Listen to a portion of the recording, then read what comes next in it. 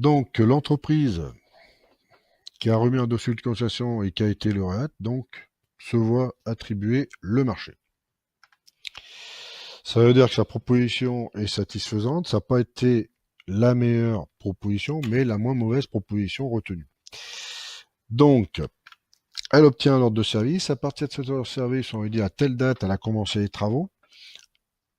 Pendant 1 à 2 mois, elle va ce qu'on fait un appel, faire un démarrage de travaux. Donc, elle va s'installer, elle va lancer un bureau d'études externe pour faire ses plans d'exécution des ouvrages, faire valider les principales options. Et dès que les fondations sont réalisées et que la grue est implantée, les travaux ont réellement démarré. Bien entendu, elle a commencé par les travaux d'infrastructure, c'est-à-dire tous les ouvrages enterrés. Et ensuite, une fois qu'elle aura terminé les travaux d'infrastructure, elle pourra faire la superstructure. L'entreprise, pendant la phase travaux, est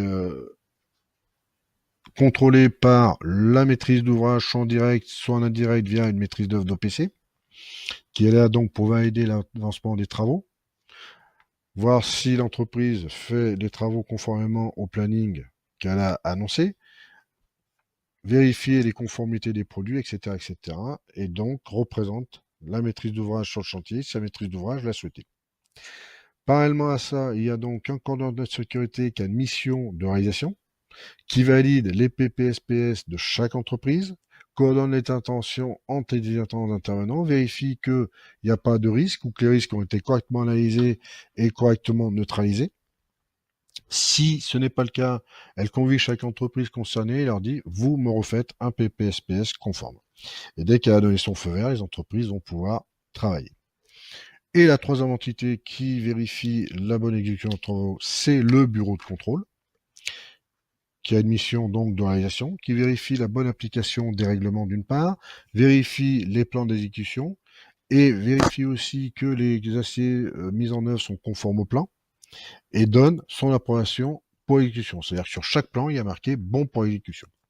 Et contrôle les règles d'hygiène et de sécurité sur le chantier, c'est-à-dire ce que les baraquements sont correctement tenus en nombre suffisant, les sanitaires, etc., etc. Et aussi peut contrôler l'impact environnemental.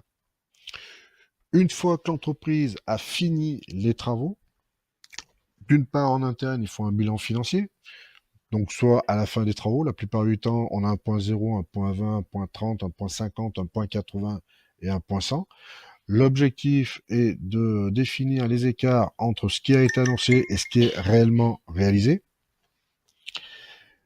Ensuite, une fois que les travaux sont finis, bien entendu, l'entreprise va contacter le maître d'ouvrage pour lui demander qu'elle réceptionne l'ouvrage. Donc, le maître d'ouvrage, assisté ou non par le maître d'œuvre, réceptionne l'ouvrage.